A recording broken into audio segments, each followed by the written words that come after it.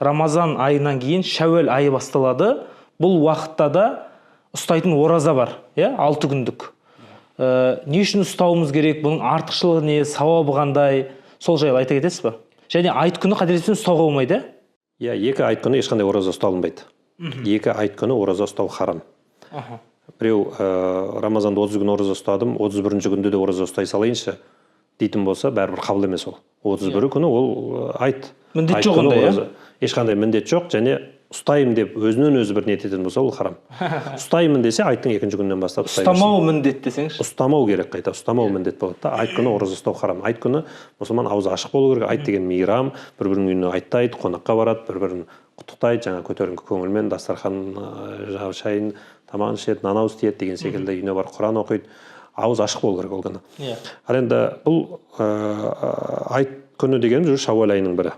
Шәуәл айының 2-сінен бастап Шәуәл айында сүннет болған, бірақ парыз емес, 6 күнді оразан бастап кетуге болады. 6 күндік оразан бастап кетуге болады. Ол күнгі ораза не үшін бекітілген? Ол күндердің оразасы пайғамбарымыз саллаллаху алейхи ва саллям айтады. Кімде-кім Рамазан айының оразасын ұстап, сосын сумма атбааху ситта мин Шәуәл дейді. Артынан Шәуәлдің 6 күн оразасын ұстаса, ол адам 1 жыл бойы ораза ұстағанмен бірдей дейді. Ол қалай деген кезде шариғатымызда әр сауапты амалдың сауабы 10 еселенеді дейді. 30 күн оразаның сауабын 10-ға есептейтін болсаңыз, онда көбейтетін болсаңыз 300 күн болады. Одан кейін келген 6 күн оразаны 10-ға көбейтсеңіз 60 күн болады. 300-ге 60-ты қоссаңыз 360 күн болады.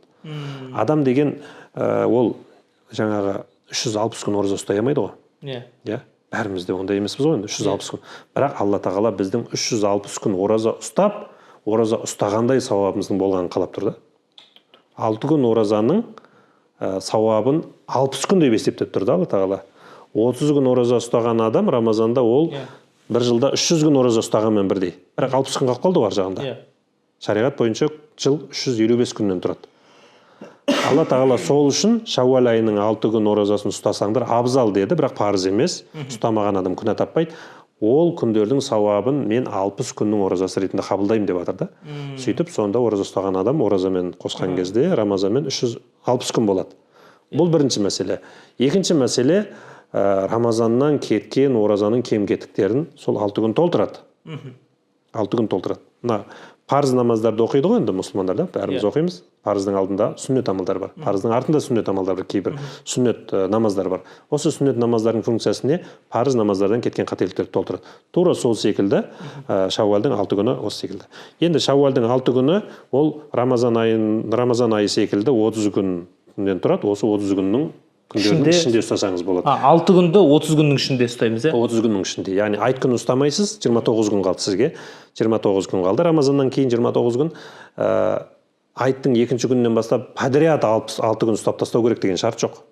Олай ұстаса да болады бірақ. Олай ұстасаңыз да болады, ешқандай проблема жоқ. Мысалы, сүннет бойынша пандейін четверг күні ұстап жүрсе де болады, Дүйсенбі, бейсенбі күндерге сәйкестендіріп, әрі дүйсенбі, бейсенбі, әрі Шәуәлдің 6 күні деп есептеп, сөйтіп тауысып тастасаңыз да болады. Өйткені әр айда 4 аптадан бір, 4 аптада дүйсенбі, бейсенбі екеу. Сонда 8, то есть 4 дүйсенбі, 4 бейсенбі бар ғой бізде. Сонда 8 күн ораза ұстаған боласыз, соның ішінде Шәуәлдің 6 күні бар.